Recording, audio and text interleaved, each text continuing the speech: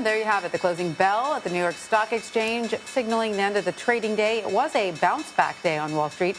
The Dow Jones ended the day up over 500 points. The S&P 500 and NASDAQ also had strong days. The S&P up about 1.5% there. The tech-heavy NASDAQ up nearly 2%.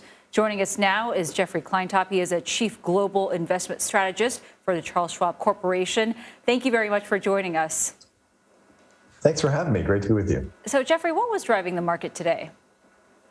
I think there are four things that drove the market today. For one thing, tax day selling is done. Don't underestimate the impact that that can have on the attitudes towards selling and buying. I'd also note that we saw an increasing number of companies now reporting earnings. That means they're clear to start doing their share repurchases. So again, the shift from selling to buying taking place today. And what we really saw was a spring in the market right out of the gate this morning, right after that housing data, which was stronger than expected, showing maybe that the rising rates impact on housing isn't as bad as feared.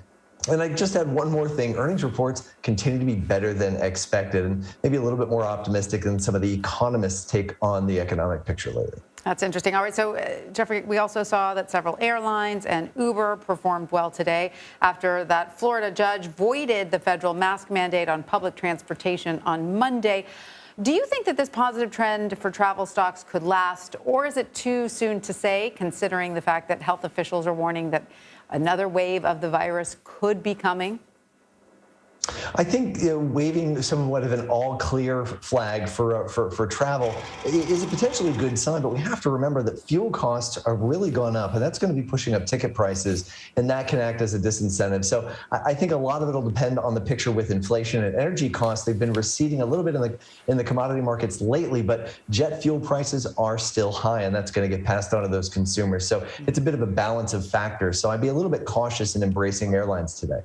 And Jeffrey, the International Monetary Fund said today the global economic recovery will, quote, slow significantly this year because of the Russian invasion of Ukraine. So how could that statement alone impact U.S. investors?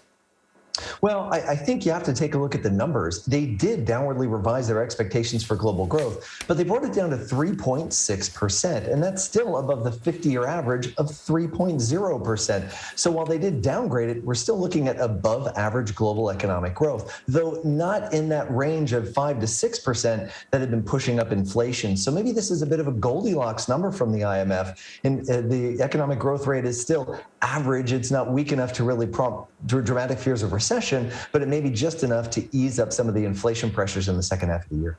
So, Jeffrey, it sounds to me like what you're saying is that there may be some worrisome factors on the margins, but overall you think the economy is strong and heading in the right direction?